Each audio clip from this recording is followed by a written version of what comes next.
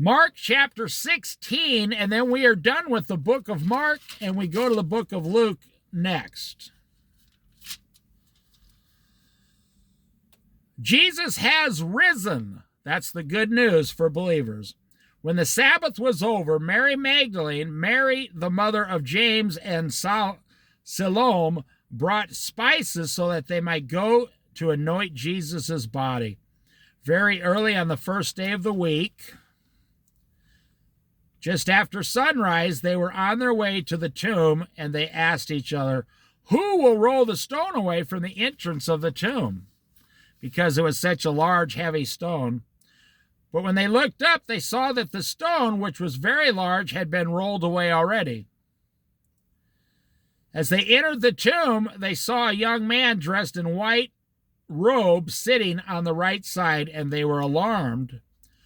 "Don't be alarmed," he said. "You are looking for Jesus, the Nazarene who was crucified. That young man was an angel."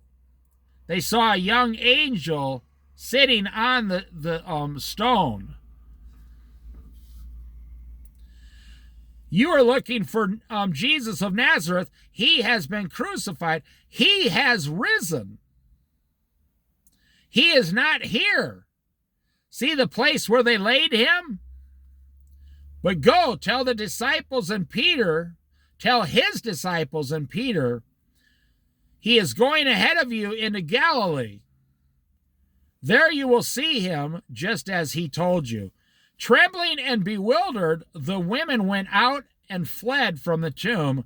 They said nothing to anyone because they were afraid. But the angel commanded them directly, "Go tell people."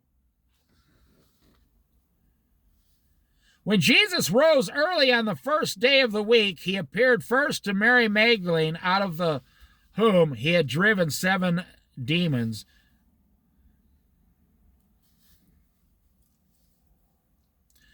She went and told those who had been with him and who were mourning and weeping. When they heard that Jesus was alive and that she had seen him, they did not believe it. Afterward, Jesus appeared in a different form to 2 of them while they were walking in the country. These returned and reported it to the rest, but they did not believe them either. You know, in today's society, seeing is believing. That's how in this modern society, we have to see everything to believe it, but that's not how Jesus operates. I mean, do you have to see the rapture before you'll believe the rapture? Do you have to see the 7-year tribulation before you're going to believe it? No, Jesus wants people believing in faith. Jesus does not want people who will believe after they have seen. Jesus wants people who believe in faith that these things are going to take place. Later, Jesus appeared to the 11 as they were eating. Now you notice Judas Iscariot, the one who betrayed him, is not here. He went out and hung himself and gave the silver back. So he appeared to the 11 disciples.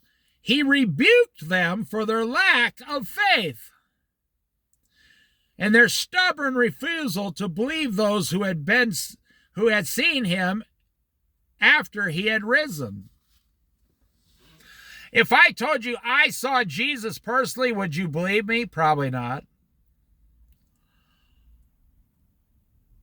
You would be surprised. There's a lot of ministers who have personally seen Jesus appear to them during prayer or fasting or something, but they're never going to tell anyone because they don't want people to start discrediting them. And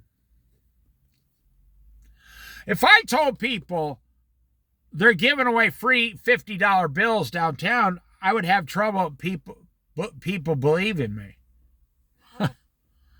That's human nature. Listen, all as I do is read the words out of the Bible, and people still don't believe me. What kind of Christian are you going to be? Are you the kind of Christian that needs the facts all the time? You don't live by faith. You live by seeing, knowledge, believing when you see it. You don't live by faith. Later, Jesus appeared to the 11 as they were eating. He rebuked them for their lack of faith and their stubborn refusal to believe those whom he had sent. He said to them, "Go into all the world and preach the gospel to all creation. Whoever believes and is baptized will be saved, but whoever does not believe will be condemned."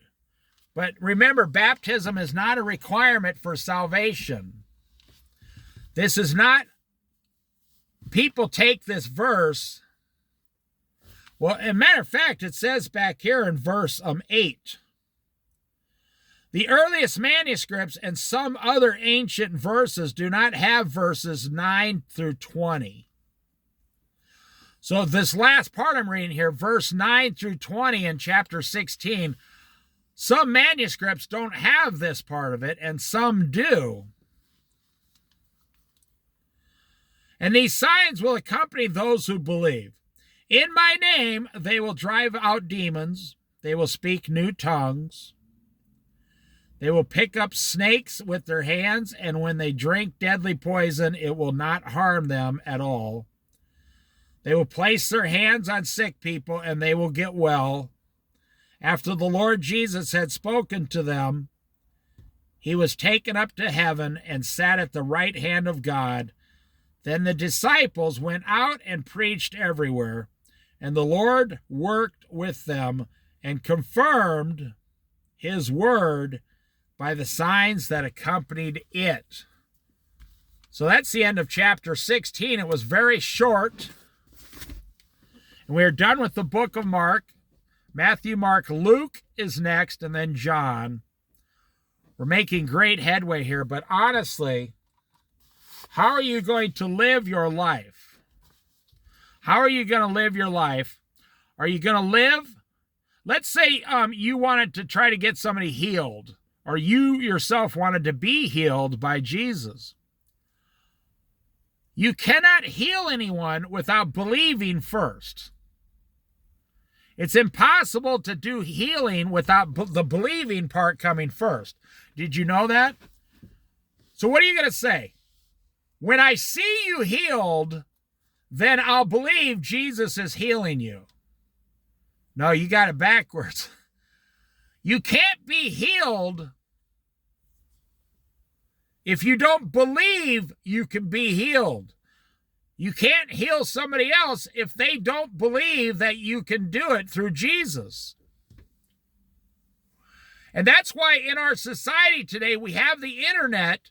You don't believe anything unless you see it first, which is against God. And then, not just that, you don't have to just see it. In the internet now, they teach us through the news, we need fact, F-A-C-T, checkers. You know how during the election a few years ago, they started fact-checking everything. That's what they're doing now on Twitter, Instagram, everything.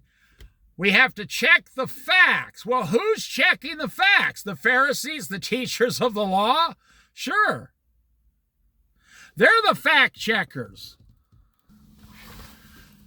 You're being fact-checked in your life, in your modern life today, just the way they fact-checked Jesus. The gatekeepers today of the World Wide Web, the internet, the gatekeepers, there's only a handful of them, by the way. It's the CEOs that own these companies. Do you know that Mark Zuckerberg controls 50% of almost the entire social media? And he, Mark Zuckerberg, with a handful of like 10 other people, decide what's going to be true and what's going to be false. Because they do not live by faith, they live by seeing is believing. Well, when we see it, then we'll believe it. But God, throughout the entire Bible, is calling you, a believer, to have faith in God. Live by faith in God.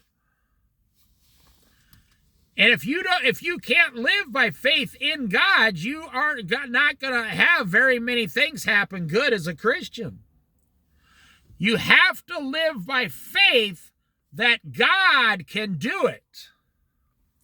And that's what Jesus came to rebuke the 11 and say, what are you doing? You've been with me 3.5 years. You saw me crucified. People are coming to you and saying, we saw Jesus. I told you in advance that I was going to rise on the third day. Jesus actually appeared to thousands of people. And they're coming and telling you, and none of you believe them. Because I know Christians today, they're just as good as me or just as bad as me. They're just average Christians. They don't believe anything unless they see it firsthand. And as far as Jesus goes, that is a very slippery slope to live by. We are called to live by faith, not by works and not by seeing. We are called to live by the mustard seed, the tiny mustard seed of faith. And then Jesus does all the rest.